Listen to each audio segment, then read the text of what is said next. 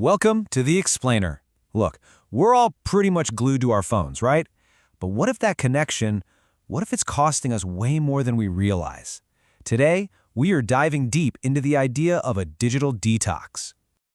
Okay, let's kick things off with a number, and it's a big one. 13 years. Just let that sink in. 13 years is how much of your life, on average, you will spend staring at your phone. That breaks down to about 66 days every single year, just scrolling. I mean, that's staggering, isn't it? It really forces you to ask, what is all that time really costing us? And a lot of the time, that cost is our peace of mind. You know that feeling, right? That constant little drain on your attention. But here's the thing. It is not your fault. It's not just a lack of willpower. To really get why it's so hard to just put the phone down, we've got to look at the powerful chemistry happening inside our own brains. So, that powerful pull, it has a name. We're calling this section the dopamine leash, and it's all about the science that explains exactly why our devices have such a tight grip on us. All right, so dopamine. We've all heard of it, but there's this huge misunderstanding about what it actually does. We think of it as the pleasure molecule, but that's not quite right. It's really the molecule of anticipation.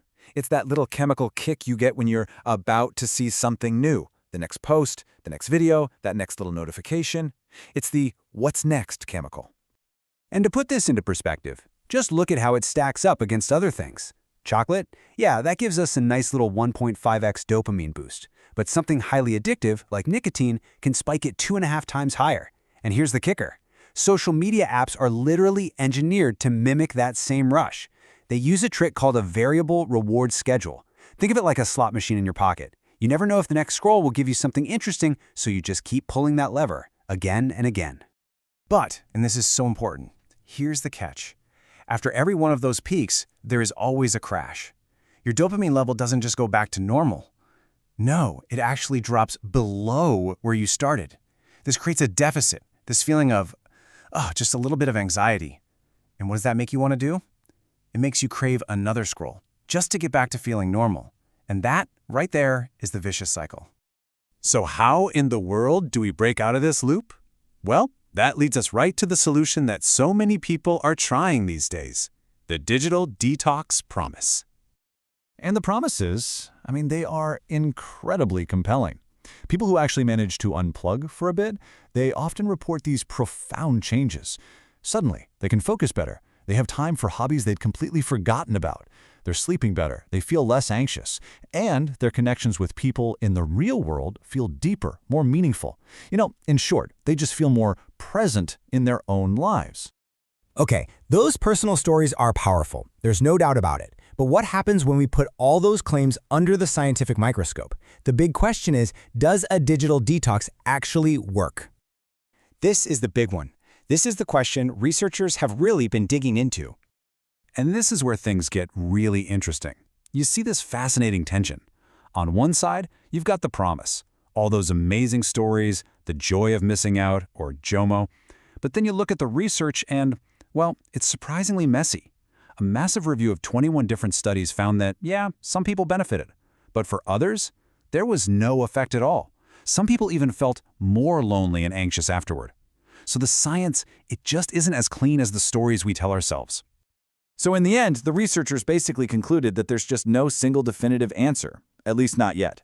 Now, this doesn't mean a detox is useless or that it won't work for you. It just means it's not some kind of universal cure-all. It seems like success really depends on the person and how they go about it.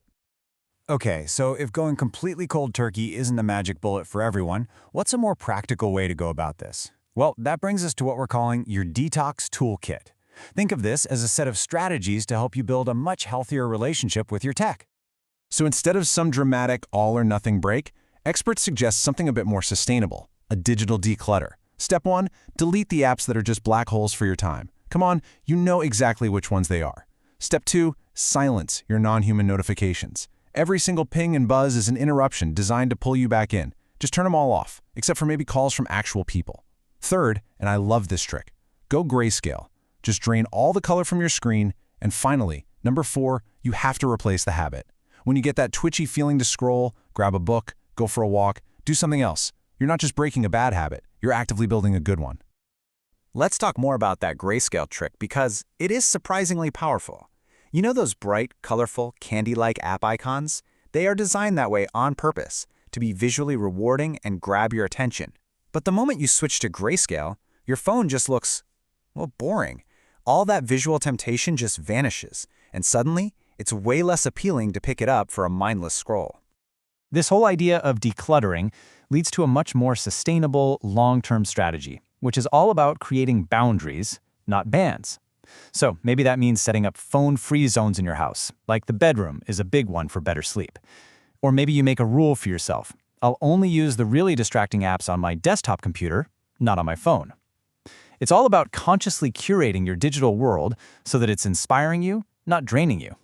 And all of these tools, they're really pointing toward a much bigger goal, something that goes way beyond just a temporary detox.